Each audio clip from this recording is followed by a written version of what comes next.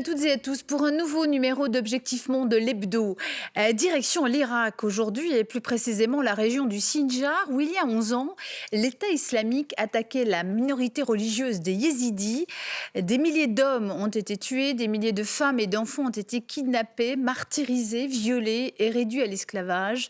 Une équipe de Tataki, le média en ligne de la RTS, est allée à la rencontre de ces jeunes femmes qui aujourd'hui reviennent dans leur village après s'être enfuies dans des camps ou après avoir échappé aux mains de leurs geôliers. On regarde un large extrait de leur reportage et on se retrouve juste après. Aujourd'hui, on vous emmène en Irak.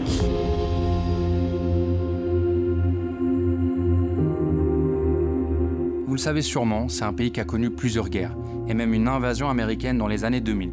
Mais dans ce reportage, on va revenir sur ce qui s'est passé après tout ça. En 2014, Daesh arrivait et prenait le contrôle de villes entières, étendant son pouvoir sur plusieurs zones. Pendant des années, les habitants de ces pays vivent sous la terreur. Mais une région particulière va vivre l'horreur.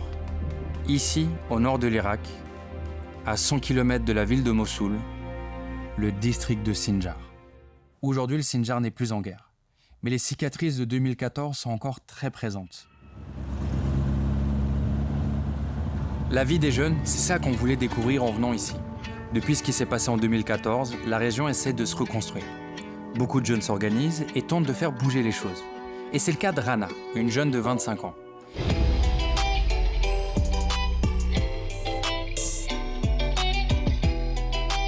Pendant la guerre, elle a réussi à fuir la région avec sa famille. Aujourd'hui, elle fait partie des jeunes qui militent, déterminés à ramener la paix entre les différentes communautés du Sinjar. الحياة سابقا كانت السنجار كلش هادئة ومستقرة. المكونات المختلفة السنجار كانت تعيش مع بعضها سلام. مكون الإيزيدي والمسلم يسموهم كريف يعني كالعوائل هم. للأسف حاليا نفقد هاي الثقة وهاي المحبة بسبب الأحداث اللي صارت وراح نحاول إنه نرجع لنفس الشيء. Les jeunes vont de l'avant, ils entreprennent. Et ça, c'est vraiment quelque chose qu'on a ressenti dans chacune de nos rencontres, dans chacune de nos activités. Pourtant, à tout moment, des événements peuvent survenir dans la région, comme pour rappeler que le passé n'est pas si lointain. Bon, les amis, on était en voiture avec Rana et on est passé devant une rue, il y avait plein de caméras, plein de personnes. Et Rana nous a dit « Ah mais c'est une survivante qui vient de revenir il y a 2 jours ». Donc on s'est arrêté sur le côté, j'espère que... Ouais, c'est un peu intimidant comme moment, j'ai pas envie que les caméras la gênent ou autre. Il est en train de retrouver sa famille pour la première fois.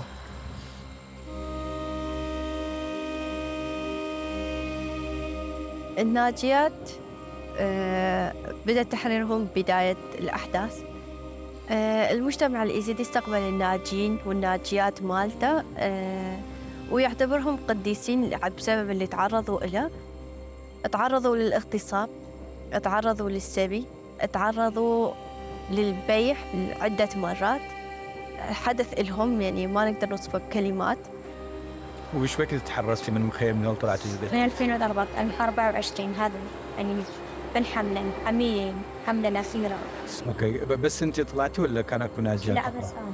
اوكي اكو كثير يعني بنات يزيديات مثلك بالمخيم بالهول موجودين؟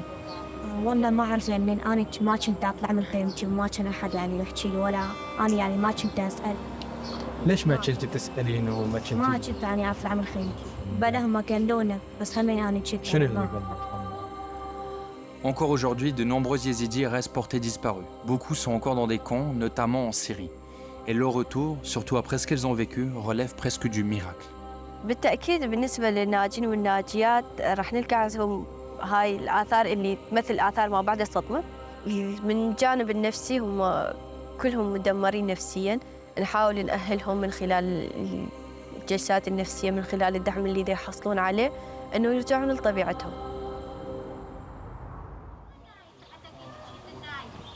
Bon, là, les amis, on est arrivé chez Adiba. Elle habite juste là, on est vraiment tout au nord des montagnes, on est même de l'autre côté. Donc on a fait plus d'1 heure de trajet pour arriver ici. Et on va faire un pique-nique avec elle et toute sa famille. On va célébrer la fête de son retour. Adiba, c'est une de ces survivantes. Lors des attaques du Sinjar, elle fait partie des milliers de femmes yézidis capturées par Daesh. Aujourd'hui, et comme chaque année à la même date, sa famille organise une fête pour célébrer le jour de son retour. et on a eu l'honneur d'y participer.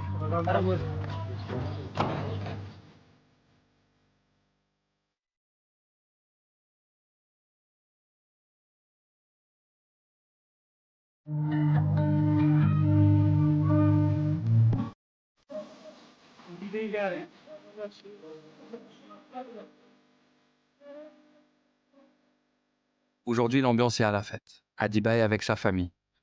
Mais en 2014, elle est capturée, vendue comme esclave, et ce n'est que 5 ans plus tard qu'elle sera libérée. Ce qu'ont vécu ces femmes yézidis pendant la guerre, c'est un sujet très délicat, mais qu'on se devait aussi d'aborder dans ce reportage. Alors que plus loin sa famille termine les préparatifs, Adiba accepte de nous accorder quelques minutes pour partager son histoire. حمرمي ويتشاغي هجدة صالبون هر از هنجي أبحم لبوم وقت ساعتي ما خاطف كرن از برما سورياي الرقة از برما الرقة جي المزرعة كده هر ديسا تجي جن وزارة ازيديابو ومن هكا جك هيا كجام هر المزرعة الرقادة بو السيس دايما ها يا ضد 1014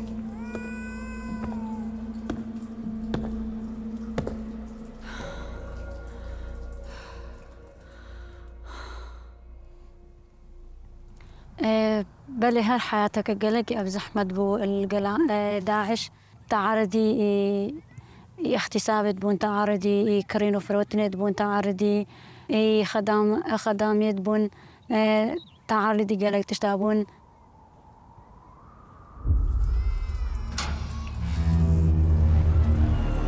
سيجارة هات مكرونة وفروتن بري هر جارة بري سيكي شخورة برهم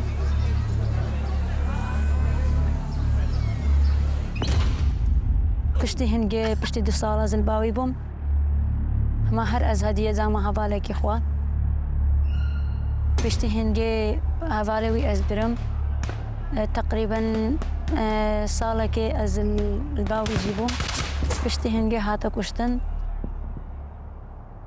پشتی هاتی کشتن جیه کی دی هات از شخورا برم يعني ناي وصفاندن هكا چندي قلت أبايفي ناي تا وصفاندن زحمة هكا مديتي وحياتها من البوانب بزحمة. À la fin de la guerre, Daesh est vaincu. Les hommes de l'État islamique sont emprisonnés et les femmes et les enfants sont emmenés dans des camps de réfugiés en Syrie. Et c'est là, alors qu'elle est emmenée dans le camp de Al-Hol avec les autres femmes de Daesh, que la libération de Adiba va se jouer. Et comment s'est passée ta libération? رجاء أولي كس خلاص بمجدس داعش أو بينجي ما هاسسيبو هالوقت في روجي ده 2019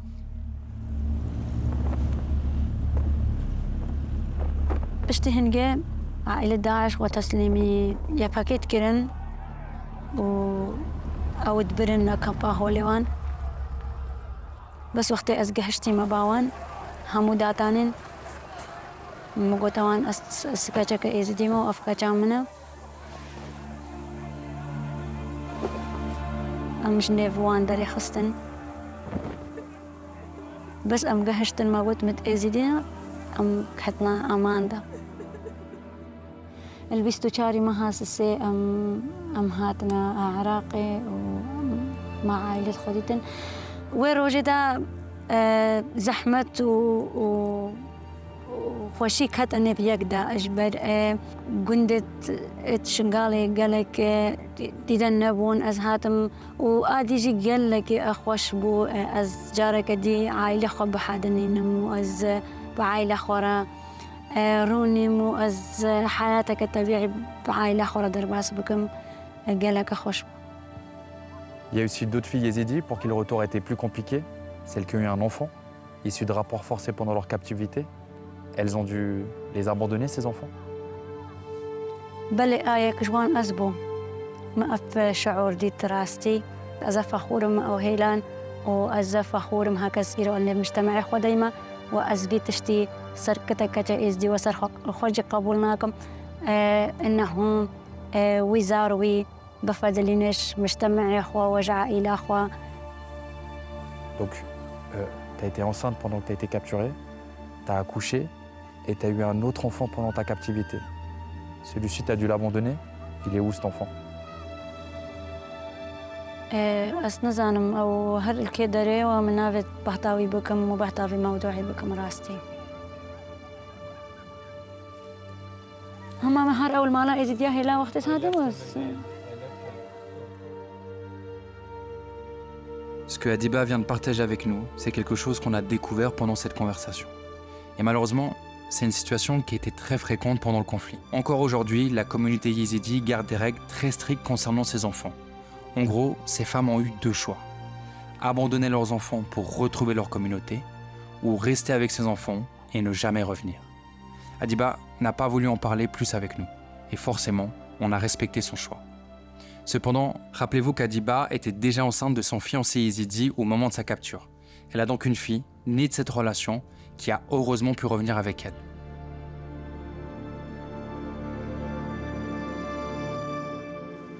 Ta fille, elle a 9 ans aujourd'hui.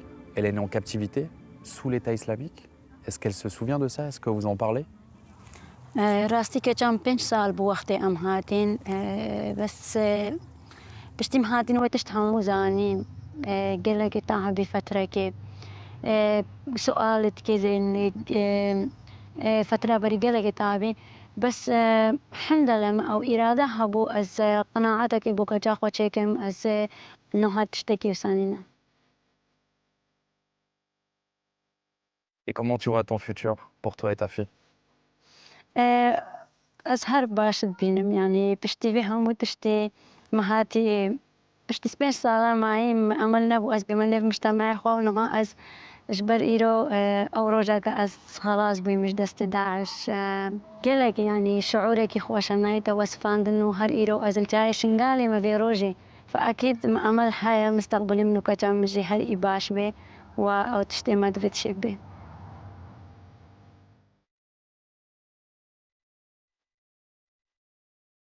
Pendant cette interview, j'ai remarqué que quand on parlait du présent, du futur, tu me regardais dans les yeux. Mais quand on parlait du passé, tu regardais le sol. البعض قال لك أمهما إيرو أزواج كذا كأزيدي وقت بين صالحاتي ما قلتن بس وقتي بحتى داعش بك أكيد يعني أو أثبت جريمة وتشتكي وقتي بداعش يعني تشوي وهنجي تشتكي نخوش بوزو سانتكم لا إرادية بس بوقتي بحتى بدتكم قال لك خوش يعني أكيد إذا صار بلندم وأثبتتكم. Thank you, Hadiba.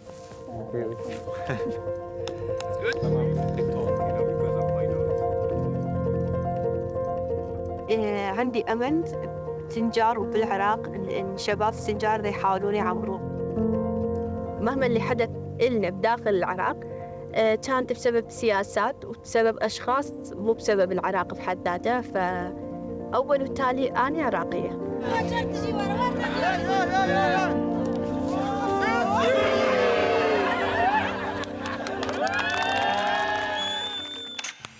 Voilà donc un extrait de ce reportage de Tataki. Avec nous, Julien Bagour, co-responsable de l'offre digitale Tataki. Merci d'être des nôtres. Avec nous également Souheil Belhadj-Klatz. Vous êtes chercheur, professeur à l'IHUD, l'Institut des hautes études internationales, ici à Genève, et spécialiste de la Syrie. Merci également à vous d'avoir accepté notre invitation.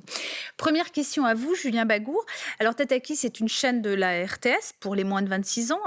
Pourquoi vous êtes-vous intéressé aux Yézidis ? En fait, c'est dans le cadre d'une série qu'on a lancée en 2019 où on s'est intéressé à plusieurs pays qui avaient vécu ou qui sont en train de vivre des situations un petit peu particulières. Et en 2024, on a voulu se rendre en Irak et principalement dans la région du Sinjar parce qu'on fêtait malheureusement l'anniversaire des 10 ans des attaques de Daesh sur cette communauté et c'était important pour nous d'aller y jeter un œil et puis d'aller récolter un petit peu ces témoignages. Alors, Souheil Belhadj-Klatz, on va revenir avec vous sur les raisons pour lesquelles quand même, l'État islamique s'est attaqué à cette minorité religieuse des Yézidis. Qu'est-ce qu'il leur reprochait? C'était vraiment religieux ou c'était aussi territorial? Qu'est-ce qu'il leur reprochait? Des deux, disons l'expansion territoriale de Daesh, pour pouvoir s'étendre et faire la guerre, il faut des justifications idéologiques pour amener tout le monde dans cette direction. Et à ce moment-là, Daesh était en pleine expansion. Donc si on regarde les cartes de l'époque, 2013, 14 et 15, c'est quasiment tout le nord de l'Irak, plus tout le nord-est de la Syrie. C'est un territoire considérable. Et donc, disons, ils ont attaqué Mossoul en juin de cette année 2014, et ensuite les Yézidis. Alors, qu'est-ce qu'on leur a reproché? Dans les publications de Daesh, on parlait des Yézidis comme des adorateurs du diable, alors que c'est une religion monothéiste. Oui, parce que c'est une religion qui est un peu un mélange, un peu de plusieurs religions. Oui, alors, c'est à pas la base, l'islam. exactement. Alors, bon, à la base, c'est un monothéisme qui tire vraiment ses racines dans l'Antiquité, voilà, et dans l'Antiquité perse. Et c'est un syncrétisme, c'est-à-dire un mélange des emprunts à d'autres religions, mais un monothéisme malgré tout. Et donc, Daesh a utilisé cette justification d'adorateur du diable, en gros d'hétérodoxe, c'est-à-dire tout ce qui n'est pas l'islam sunnite. Voilà, là, en l'occurrence, c'est un islam sunnite fanatique. Donc, c'était cette justification-là qui a été utilisée et qui a justifié qu'il faille les détruire, les déporter, les utiliser en tant que butin de guerre. Voilà. Ou esclaves sexuels. Ce qu'on voit dans le reportage. Justement, vous l'avez co-réalisé, ce sujet, avec Sacha Pourchet et Pablo Del Pedro, Julien Bagour. Quels souvenirs vous en gardez de ce reportage? Il y a beaucoup de souvenirs assez paradoxaux finalement, parce qu'on a été très très bien accueillis déjà par les Irakiens et les Irakiennes sur place. Puis il y avait cette volonté des Yézidis de raconter les choses. Contrairement à d'autres terrains sur lesquels on a pu se rendre, où parfois les discours sont un peu difficiles à raconter et puis les gens ont du mal à se livrer, là il y avait vraiment cette volonté de témoigner et puis de raconter. Et puis on le voit dans le reportage, c'est un truc qu'on nous a beaucoup dit. En fait, ils ont envie de témoigner, envie d'en parler pour que enfin ça soit dit et qu'en fait que ça se reproduise pas. Donc il y avait vraiment ce souhait en fait d'expliquer tout ce qui s'était passé 10 ans plus tôt. Dans l'intégralité de votre reportage, on voit un peu un ancien enfant soldat qui témoigne. Qu'est-ce que sont devenus ces enfants, mais aussi les enfants nés de ces viols, nés de ces femmes quand elles étaient réduites à l'esclavage? Que deviennent tous ces enfants, en fait? Alors, c'est deux cas assez différents. Les anciens enfants soldats, pour la plupart, ils ont perdu des années de vie. Pour beaucoup, ils ont perdu leurs parents, ils ont perdu tous ces papiers d'identité, etc. Donc, en fait, c'est un espèce de cas non solvables. En fait, ces enfants, ils reviennent après. Ils sont dans une zone grise, quoi. Ils sont dans une zone grise où, en fait, il y a l'administration irakienne aussi qui a dû un peu se remettre sur pied, donc assez difficilement après tout ce qui s'était passé. Donc, à un moment, on en parle dans le sujet, c'est que ces enfants, ils reviennent, ils n'ont pas été à l'école. Ils sont remplis de traumatismes. Derrière, ils n'ont plus leurs parents, donc ils sont récupérés par des oncles ou de la famille avoisinante. Et derrière, récupérer des papiers d'identité, retourner finalement dans la société, c'est hyper délicat. Donc pour l'instant, c'est un cas qui n'est pas du tout résolu. Et ces enfants, la plupart du temps, qui sont maintenant un peu plus grands, ils errent de boulot en boulot dans ces régions-là. Pour les enfants nés des viols qui sont finalement encore en Syrie maintenant, pour beaucoup, il y a la version officielle et la version un peu officieuse. La version officielle, c'est que ces enfants, ils ont été laissés, abandonnés, notamment par ces familles yézidis, pour revenir dans la communauté yézidi, qui est, mine de rien, une communauté aussi assez rigoriste au niveau tradition. Ces femmes, elles peuvent revenir à condition qu'elles abandonnent ces enfants-là. La version officieuse, c'est que ces enfants, ils sont laissés dans des orphelinats de fortune, en Syrie, dans des orphelinats yézidis, ou en tout cas de cette communauté-là, et que les femmes trouvent un peu des prétextes pour retourner les voir de temps en temps, en prétextant auprès de leur communauté ou de leur famille d'aller se rendre en Syrie ou d'aller se rendre dans le Kurdistan irakien pour des travaux de psychologique ou ce genre de choses. Et en fait, finalement, elles se rendent dans ces orphelinats pour aller quand même rendre visite à leurs enfants. Donc il y a la version officielle et la version officieuse qu'on nous a racontée hors caméra. Souheil Belhadjklatz, il y a eu des procès en Allemagne, en Belgique, contre des anciens djihadistes. Comment interpréter le fait que ce soit des pays occidentaux aujourd'hui qui jugent les membres de Daesh qui ont tué, violé ou réduit à l'esclavage?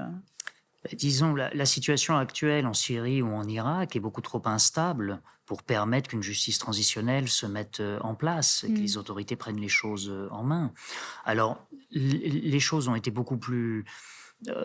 c'est-à-dire, il n'y a pas eu directement de procès en Irak, mais il y a eu quand même une reconnaissance de la part du gouvernement irakien de ce qui est arrivé, de ces déportations, viols, etc. Bon, disons-le, puisque les Nations Unies l'ont dit, de génocide qui a été perpétré contre les yézidis. Donc une loi est passée en Irak en 2021 qui reconnaît ce génocide et qui permet justement le retour des yézidis et avec des programmes de réintégration, parce que c'est ça la difficulté, c'est de réintégrer ces populations, ces femmes qui ont été violées, torturées, ces enfants soldats, etc., de les réintégrer normalement dans une société fonctionnelle. Justement, ils ont peur ou pas que ça recommence? C'est quelque chose qui est dans leur tête ou pas? C'est dans leur tête. On le dit aussi à un moment dans le reportage, c'est-à-dire que les yézidis, c'est pas la première fois qu'ils sont victimes. C'est toujours les victimes numéro 1 parce que c'est des minorités. Les minorités sont souvent les victimes numéro 1 dès qu'il y a la moindre instabilité dans n'importe quel pays. Eux, ils ont peur que ça recommence et puis là, maintenant, ils s'organisent. C'est-à-dire que là où avant, il y avait cette espèce de statut victimaire, un petit peu d'acceptation dont on est une minorité, puis on accepte et puis on vit avec les gens autour, là, il y a un peu cette rancœur et puis il y a un peu cette méfiance. On en parle aussi dans le reportage. Maintenant, la cohabitation qui se faisait de manière très, très simple à l'époque entre les musulmans sunnites, chiites et les yézidis, dans cette région-là en tout cas. Aujourd'hui, elle est vachement plus compliquée. Les gens ont beaucoup de mal à faire confiance et à refaire confiance. Donc, il y a cette méfiance et le risque, c'est qu'à ce moment-là, il y a aussi ce renfermement sur un entre-soi où les yézidis veulent rester entre eux, veulent se méfier, finalement, se méfient aussi des Peshmerga, des Kurdes, des Irakiens. Ils s'isolent, sunnites. ils finissent par Exactement. s'isoler. Et c'est un petit peu le risque. Alors, Soulaï Belhadj-Klas, comment cette minorité religieuse aujourd'hui perçoit le nouveau régime syrien, mais aussi les nouvelles autorités irakiennes? Est-ce qu'ils se sentent protégés par ces autorités? Alors, je ferai une distinction entre l'Irak et la Syrie. On va commencer par l'Irak, protégé probablement grâce à cette loi de 2021, grâce à la reconnaissance du génocide. Il y a des fonds, les Irakiens aussi permettent que des fonds étrangers, enfin internationaux, puissent subvenir aux besoins de réintégration des yézidis. En Syrie, la situation est plus délicate, instable, beaucoup plus incertaine. On n'est pas sûr du tout de ce nouveau pouvoir, qui est quand même issu de l'islam, bon, entre guillemets, radical. Pour le moment, les relations avec les minorités ne sont pas très, très bonne. J'en veux pour preuve ce qui se passe avec les Druzes et le gouvernement central. Donc, pour la communauté yézidi syrienne, il n'en reste plus beaucoup, car beaucoup se sont été exilés. C'est beaucoup plus incertain et la question de la protection est beaucoup plus délicate. Julien Bagour, à la fin de votre reportage, il y a le témoignage de Hadiba. C'est une jeune femme qui a réussi à s'enfuir, à recouvrer la liberté quand elle arrivait dans le camp de Halol. Aujourd'hui, 10 ans plus tard, quelle est la situation dans ce camp? La situation, elle est assez plus que problématique, elle est assez chaotique. En fait, Al-Hol, c'est un camp aujourd'hui qui est surpeuplé. Il y a à peu près 70 000 personnes dans ce camp, qui sont principalement pour les familles des combattants de Daesh, qui est tenu, en fait, qui est géré principalement par le PKK en Syrie. Et du coup, en fait, c'est un camp qui est un peu une poudrière. En tout cas, c'est comme ça qu'on en parle beaucoup entre journalistes. C'est un camp où, aujourd'hui, on ne sait pas trop ce qui se passe, parce qu'en fait, il y a beaucoup de familles de combattants de Daesh qui sont des ressortissants français, en tout cas européens. Personne ne veut les récupérer. Puis du coup, c'est un espèce d'amas de personnes qui restent là, et puis en fait, on ne sait pas trop ce que ça va devenir.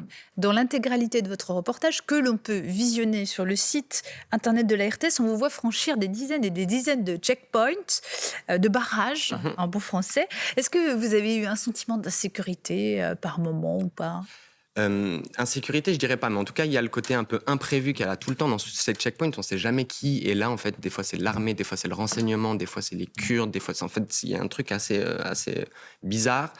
Il y a aussi, à l'époque, il y avait les drones turcs qui bombardaient la région, justement, pour déloger les Kurdes de Syrie, etc. Donc, il y a un truc assez particulier. Donc, insécurité, pas forcément, mais en tout cas, il faut s'adapter en fonction de la personne qui vient nous parler à ce moment-là. Donc, c'est assez particulier, quand même. Julien Bagour et Souleil Belhadj-Class, merci d'être venus sur le plateau d'Objectif Monde l'hebdo. Voilà, je rappelle que donc, votre reportage est à voir de manière intégrale sur le site internet de la RTS. Et puis je vous signale un autre documentaire, Awar, nos enfants bannis, documentaire signé Pascal Bourgault, une coproduction TV5 Monde, RTS et RTBF pour ceux qui sont intéressés par ce sujet. Voilà, c'est la fin de ce nouveau numéro d'Objectif Monde l'hebdo. Vous pourrez retrouver cette émission sur le site internet de la RTS et de TV5 Monde, sur les réseaux sociaux, mais aussi sur la plateforme TV5 Monde+. On se retrouve la semaine prochaine.